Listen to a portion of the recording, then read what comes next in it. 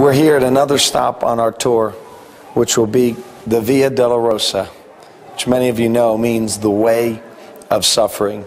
Down this walkway, Jesus was brought as he was on his way to the cross, to Golgotha, and he was beaten here many times. He was spit on, mocked at, and as he was taking up his cross for you and me.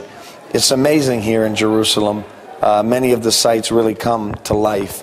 And as we read the scriptures, and now we can actually see, where Jesus walked. We know that he lives in our heart, and we know that he's more alive now than ever before. But to be here with all the world's major religions, and to understand that what I'm holding is the key, the cross.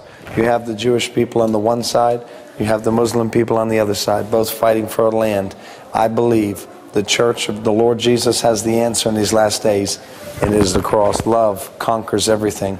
Serving one another. I believe the message of love and the message of hope is going to resonate around the world, and it will start here in the holy city of Jerusalem and ripple effect to nations all over the earth. Come with us, join us for this historic time.